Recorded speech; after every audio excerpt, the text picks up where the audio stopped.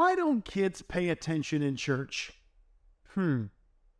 Welcome to Fresh Fridays. I'm Pastor Tony, and today we're going to look at a fresh idea that'll help you in your kids' ministry. Sometimes it's really hard to keep kids' attention at church, whether that's in the elementary classroom, the preschool classroom, whatever the case may be. Keeping those kids focused for a half hour, 45, 60 minutes, however long you have them, can be quite challenging. And you might be wondering, how do I keep their attention? I tried lots of different things in the past, and it just seems like it's not working right now. Well, today I want to give you a first tip to help you out. You see, today we're talking about the experience. We want to make sure that the experience is something that's memorable, something that the kids will enjoy, something that when they walk away, they're talking about it. But you can only get them to enjoy the experience if you can keep their attention. So let me start with this. Did you know the kids of this generation, their attention span is only 3 to 8 minutes? And 8 minutes, by the way, is watching a video. 3 minutes of a talking head up front, you talking about Jesus, it sounds good to you, but to them, their attention is quickly waning. You're losing them. So you got to pull them back in again. So now you're wondering, now I know why I'm losing them at 30 minutes, because they can only pay attention for about 3. So let me give you some fresh tips that are going to help you out today. First off, let me encourage you with this.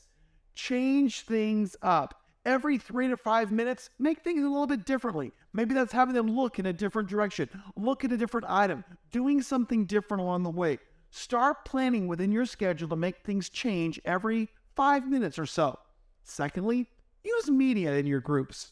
Well, how can we do that? Well, maybe you've got a projector or a television, but you can even add a handheld device to that. Something as simple as when you're looking up the verse, have the kids read it off of the pad or off of your phone. It engages their media brain as well, and it re-engages them yet again. Use media to your advantage. Use it as often as you can. In fact, don't do all of your songs at once. Split them up, scatter them out, because that's yet again a media way of re-getting their attention again.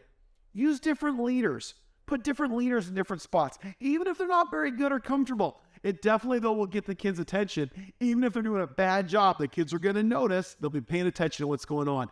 Use different leaders in different ways. Next, use the kids. As you're doing the lesson, maybe act out certain parts of it. Bring the kids up on stage. Let the kids interact. Let them tell the story. Let them do question and answer. Let them read the question and the other kids answer it. Engage the kids. Get them involved. You're going to keep their attention if you do that. And finally, I would encourage you to run a consistent schedule. Well, why would that be important? Aren't we trying to change things up? We are trying to change things, but we want to make sure that the schedule stays the same. Because whenever you mess up that schedule, it tends to chaos in those kids' minds. The kids need to know that after the memory verse, we do this. That after this part of the service, we do this. When the lesson's over, we pray. Put a consistent schedule in place. And even if you have rotating volunteers, have them all follow the same schedule. All right, so let me leave you one last tip. Don't keep doing things the way that you've always done them. This is a different generation that's coming up. They look at life differently than you look at life, different than your kids look at life, different than different generations look at life.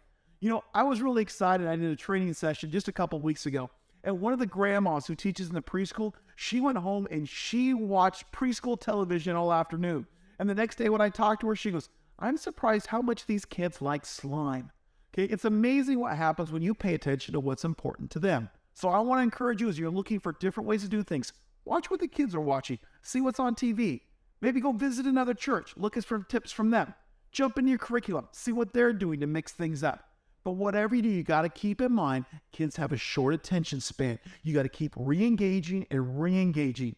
Hey, this is Pastor Tony reminding you to keep your kids' ministry fresh.